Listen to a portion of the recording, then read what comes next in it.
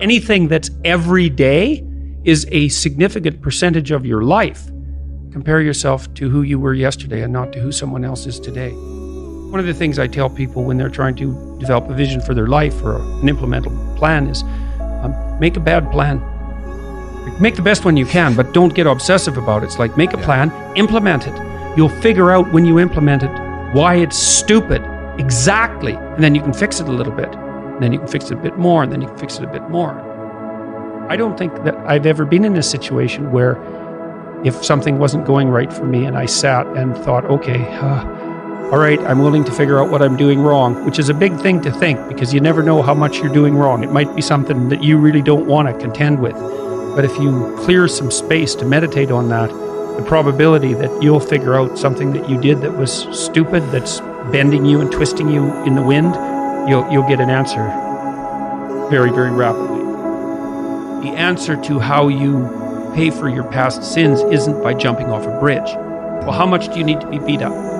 Enough so you fix the problem. No more than that. Minimal necessary force. Don't hit anything harder than it needs to be hit. That's a good rule of thumb.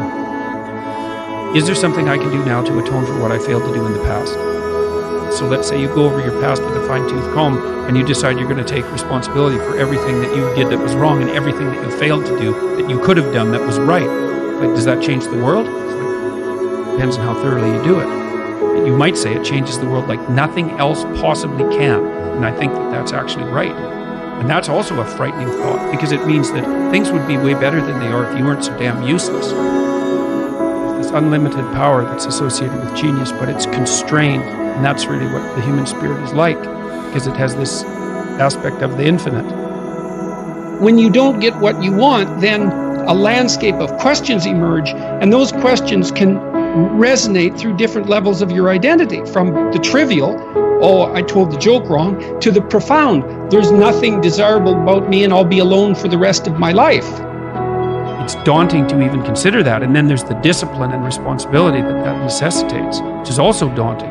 It's like, oh my God, the problem's that serious? I'm really going to have to get my act together in order to not contribute to it, much less solve it. And so the problem is terrible, and then the solution is daunting. When I commit to something and make sacrifices, if something's valuable, you make sacrifices to attain it. That discovery of sacrifice, it's one of the primary factors separating human beings from animals, because we discovered that we could let go of something we value in the present and we would gain something we value even more in the future. You gotta aim at something. It's like, otherwise your life is meaningless. Well, what should you aim at? Well, I don't know. Well, pick something. Aim at it. As you move toward it, you'll get wiser. Then maybe your aim will change.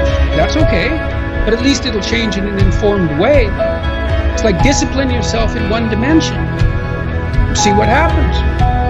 That's exciting. Always take into account the cost of what you're doing now. Right? Because what people tend to think is, well, whatever I'm doing now is risk-free, and here's a bunch of options. It's like, no. Whatever you're doing right now has all sorts of risks. You're just blind to them because you've habituated to them. They've become invisible. You can't wait around to make things better on the assumption that what you're doing already is without risk. So when people come to see me clinically, for example, and maybe I'm helping them figure out what to do with their career, so they say, well, I think I might need to change jobs. It's like, okay, what's stopping you? Well, there's lots of things, right? Well, I have a job. That's something. Offers me some security. My CV isn't up to date. People don't like updating their CVs. It's partly because it's hard, but also because they're not very proud of it. So then updating your CV turns into sort of updating your life, and that's a complicated thing. And then maybe you don't like being interviewed, because most people don't, and maybe you don't like being judged, and maybe you don't like the fact that if you look for another job, there'll be 50 rejections for every one acceptance. It's like there's a whole plethora of terrible things you have to encounter if you want to change jobs. So you think, well, I'm not going to do that. The risk is too high. It's like, fair enough. What's the risk of doing what you're doing? And that's easy. You don't like it? Guaranteed suffering. Yeah. Well, oh yeah, and accelerating suffering. Because let's say you're 35 now and you don't change your job. Well, you'll be 40 so fast you can't even believe it. It'll just happen. Like it'll take 5 years, but it happens overnight in the same way. And if you haven't changed, then you'll be the same except worse. So that's the alternative.